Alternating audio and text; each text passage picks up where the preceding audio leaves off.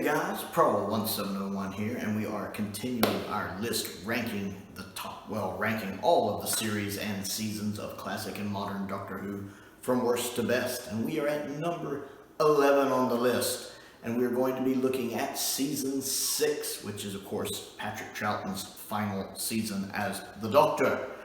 And of course, it's also his most complete season. This is really the only season that's not really affected that much by the missing episodes. Season 4, of course, is staggeringly affected. Season 5 is about half and half, with 22 out of 40 existing. But season 6 isn't affected that hard. It's only missing 7 episodes, most of Space Pirates, which, from what everybody says, isn't the biggest loss in the world, and 2 episodes of The Invasion, which are far more frustrating, because I love The Invasion. But the animation for The Invasion is nice. Now, a lot of people will argue that season 6 is Troughton's weakest. I like it better than season 5 myself.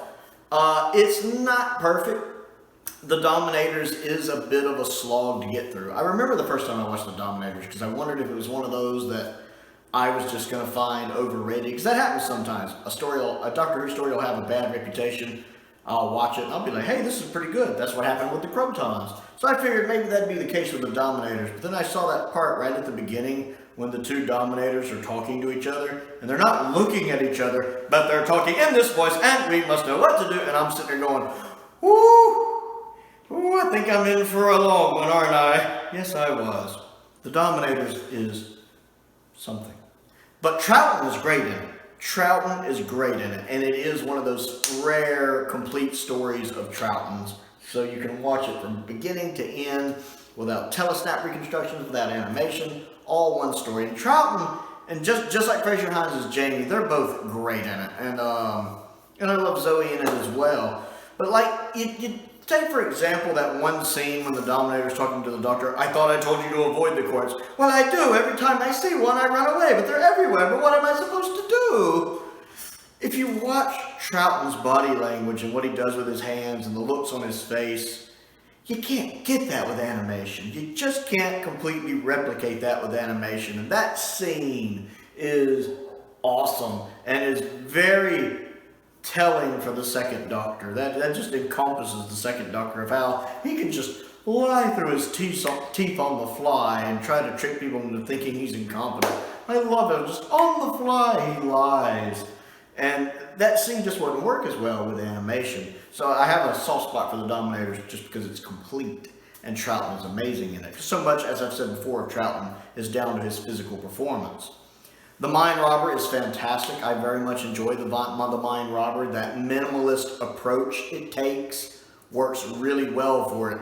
That is a good way of Doctor Who staying within its budget while still creating an effective story. And I do think the story being in black and white really helps here. I don't think it would work as well in color, but working in black and white really fits that, especially that area that's all white with the little white creatures running in it. It's like whoever was making that episode said, okay, it's this kind of fantasy realm. How can I make this work within my budget? And taking that minimalist approach works perfectly. I really like this one.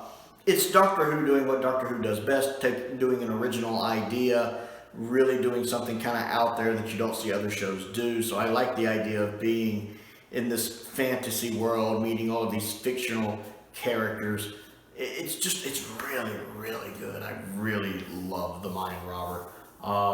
The Crotons, as I mentioned already, I find very underrated.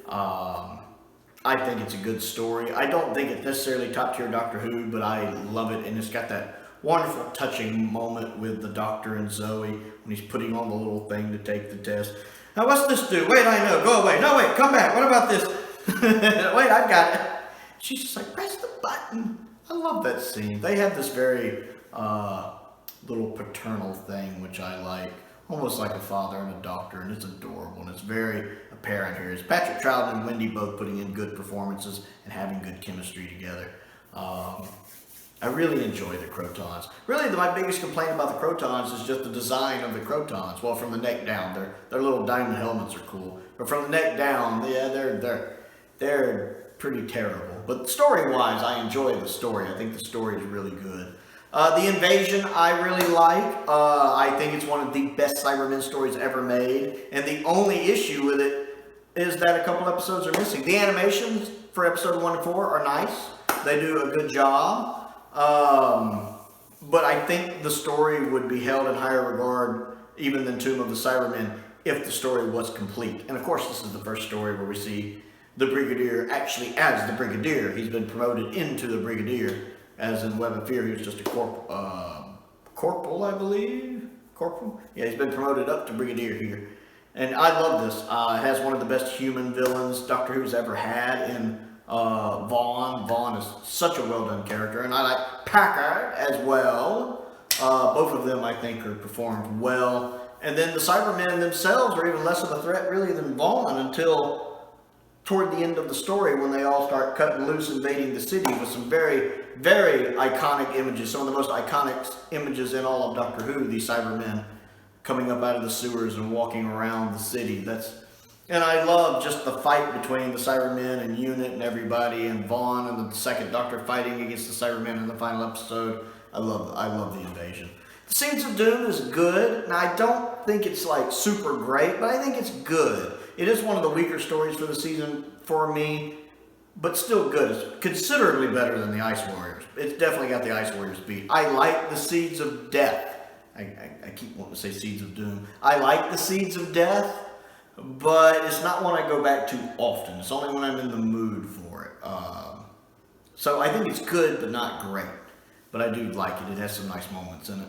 I've never listened to the Space Pirates, so I can't really say to it. But I do love the War Games. I love the War Games. It's one of my favorite Troughton stories. And it's such a miracle that it's complete. 10 episodes and it's complete. How lucky are we to have that? I very much enjoy the War Games. It never seems padded to me. I know it is a little bit with them getting captured, escaping, getting captured, escaping, getting captured, escaping. But it never comes off as feeling padded to me personally.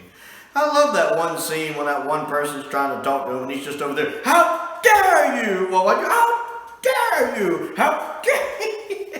Troughton is just talking so fast and acting indignant that the other person doesn't have time to get a word in. I love Troughton.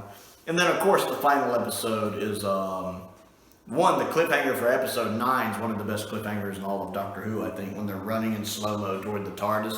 And you can see just how panicked the second Doctor is to get away from there. And then episode 10 is one of the most essential, iconic episodes in all of Doctor Who. If you're a Doctor Who fan, you need to see the War Games, but especially episode 10. The first time we see Gallifrey, even though it's not called that. The first time we really see the Time Lords, and the best performance of the Time Lords we've ever had.